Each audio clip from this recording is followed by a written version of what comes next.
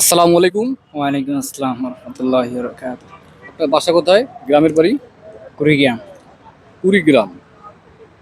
কুড়িগ্রাম বাংলাদেশের সবথেকে গরিব জেলা, যেটা ইতিহাসের পাতায় আমরা পেয়েছি, বইয়ের পাতায়। যাই হোক, আপনি মাদ্রাসা পড়েন, তাই না? জি। কোন ক্লাসে না কোন বিভাগে? মাদানী নিসাব প্রথম বর্ষে। আচ্ছা, আপনি আগে তো হাফিজি পড়েছেন, তাই না? জি, করছি। আপনার কাছে আমার একটা প্রশ্ন, সেটা হলো, আপনি বলেন তো, কলকলা হরফ কয়টি? কলকাতার হলো 5টি। কি কি? কফ, ত, বা, জিম, দাল। কফ, ত, বা, জিম, দাল।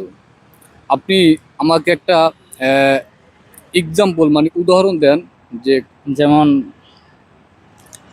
হামজা জবর বা, আব, ইব, ওব, এরকম ভাবে কলকাতার উচ্চারণ হয়। আচ্ছা, মাখরাজ কয়টি আপনি জানেন? হ্যাঁ, 17টি। 17টি। 5 নাম্বার মাখরাজটা জানেন? হ্যাঁ, জানি। বলেন। জিহ্বার মধ্যখান থেকে 3টি হরফ উচ্চারিত হয়: জিম, শিন, ইয়া। আচ্ছা, আপনার একটা শেষ প্রশ্ন আমার, এই প্রশ্নটি আপনি উত্তর করতে পারলে আপনার জন্য থাকবে একটা চমৎকার হেডফোন গিফট আমার পক্ষ থেকে।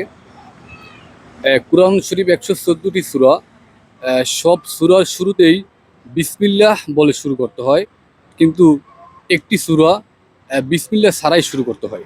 ওই সূরার নামটা আপনি জানেন? সূরা তাওবা। সূরা আত-তাওবা। হ্যাঁ, রাইট। তো আপনি আমার সব উত্তর পেরেছেন, ঠিক আছে? আমার পক্ষ থেকে আপনার একটা গিফট। হ্যাঁ, নেন।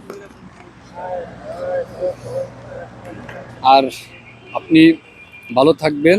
হ্যাঁ, আপনার সফলতা কামনা করছি। হ্যাঁ, আপনার ভবিষ্যৎ জীবন সুন্দর সুখময় হোক। হ্যাঁ, আল্লাহ আপনাকে ভরপুর কামিয়াব দিক। আল্লাহ হাফেজ। দোয়া রাখবেন।